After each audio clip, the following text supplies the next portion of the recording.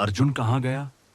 उस रात के बाद जो हुआ, गांव वालों ने मोड़ पर अर्जुन की टूटी हुई टॉर्च तो देखी, लेकिन अर्जुन का कोई निशान नहीं मिला।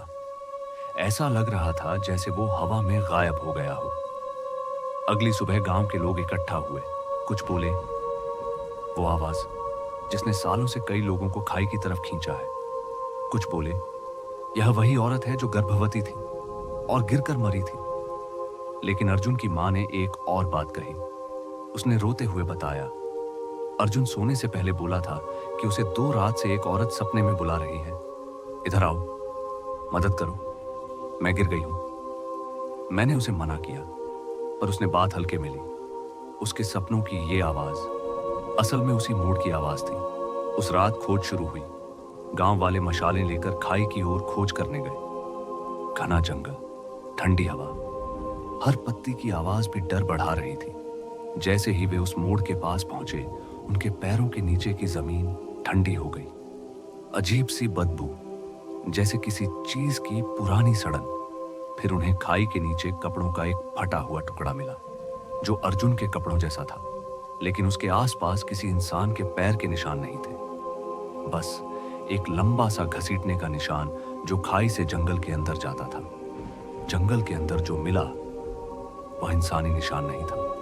गांव वाले निशान फॉलो करते गए। जंगल इतना शांत था कि सिर्फ उनके कदमों की आवाज सुनाई दे रही थी। अचानक किसी ने पीछे से वही आवाज सुनी, मदद करो, मैं गिर गई हूं। सबके रोंगटे खड़े हो गए। आवाज 3 दिशाओं से एक साथ आ रही थी, जैसे कोई एक नहीं, कई होंठ एक ही पंक्ति बोल रहे हों। पर आगे जो दिखा उसने सबको वहीं रोक दिया। पेड़ों के बीच अंधेरे में एक औरत खड़ी थी, लेकिन इस बार उसके पीछे अर्जुन की परछाई दिखाई दे रही थी। गांव वाले जोर से चिल्लाए, अर्जुन! अर्जुन ने धीरे धीरे अपना चेहरा उठाया। उसकी आंखें बिल्कुल खाली, सफेद, कोई पहचान नहीं। औरत ने उसकी गर्दन पकड़ी हुई थी और उसके होंठ एक साथ हिल रहे थे। मुझे अकेला छोड़ दो, कोई मेरी मदद क्यों नहीं करता? फिर अचानक सब शांत। गांव वालों ने डर के मारे मशालें फेंकी। मिनट भर में वो औरत, अर्जुन और वो आवाज, सभी गायब। जहां वो खड़े थे वहां बस एक चीज मिली, एक जोड़ी चप्पल, अर्जुन की। उस दिन के बाद उस मोड़ पर एक और आवाज जुड़ गई है।